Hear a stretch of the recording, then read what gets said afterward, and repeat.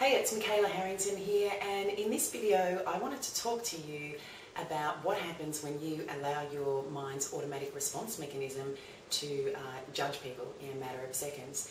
Now, I know that in the past I've been guilty of doing this, but I want to give you a really powerful example of how wrong you can be getting people if you're doing that.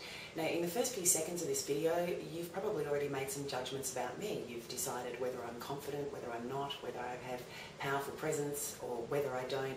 And I'd like to tell you a story from my life which might help just show you how vastly wrong we can get this if we don't actually allow ourselves to be present and take the time before we make those judgments. So a few years ago I did a leadership course. It was one of those kind of crash weekend courses where it goes for 12 hours and you're up till midnight and you're back at the crack of dawn. And I did the basic level of that course because I knew that I could get away with sitting in the back of the room and kind of playing small and making sure that I went unnoticed, and I was not one of the people who stuck my hand up to get on stage and share, so to speak.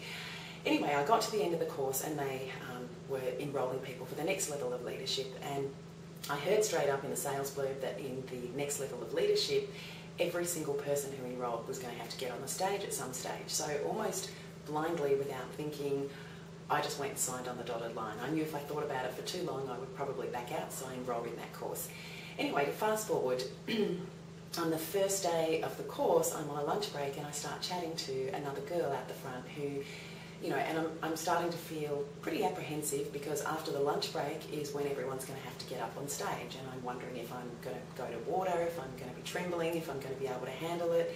So I start talking to this girl who tells me she's going home, and I said, what for? And she said, well, I don't know if you can relate, but I'm terrified of public speaking. She said, to the point that I have anxiety attacks and I can't speak at all. And I said, well, it's interesting you should say that because I'm terrified of it as well. And I ended up saying to her, if I'm going to stick this out and you are too, I'm not going to let you go home.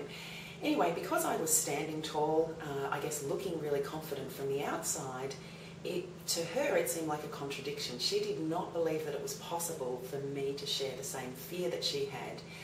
And yet what followed on from there was something that I think kind of floored the whole room, because he was one of the people that they considered to be the most confident on the course. When it was my turn to get up on stage, now this is one of those courses, I don't know if I necessarily agree with this kind of modality, but the theory is they break you right down and they build you back up again. So here I am, I get up on the stage and I'm trembling and the guy starts pushing my buttons. In fact, he starts yelling at me. So I end up a trembling, teary-eyed mess on stage in front of 70 adults. Now, it's a pretty humiliating experience. I wanted to run and leave that room and basically never see any of those people again, but I went through the process, I handled it. Here's the interesting part. The girl that was going to leave because she was terrified of public speaking and didn't believe that it was possible for me to have the same fear, said, when I watched you up there, I had tears rolling down my cheeks. And she stayed for the rest of the day. As she went ahead, she got up on stage herself, and I can tell you she was nowhere near as bad. So it's really interesting that people can make judgments on what they see in the first few seconds from someone's exterior, or perhaps it's their posture or the way they're holding their head.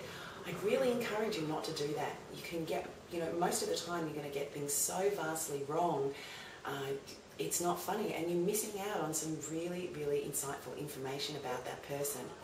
Anyway, I hope that tip helps you. I hope you can learn to remain more present when you're interacting with people, and just kind of time yourself in terms of how many seconds can you hold back before making a judgment about that person.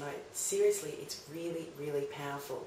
Anyway, I appreciate you watching through to the end of this video, and I look forward to our next conversation.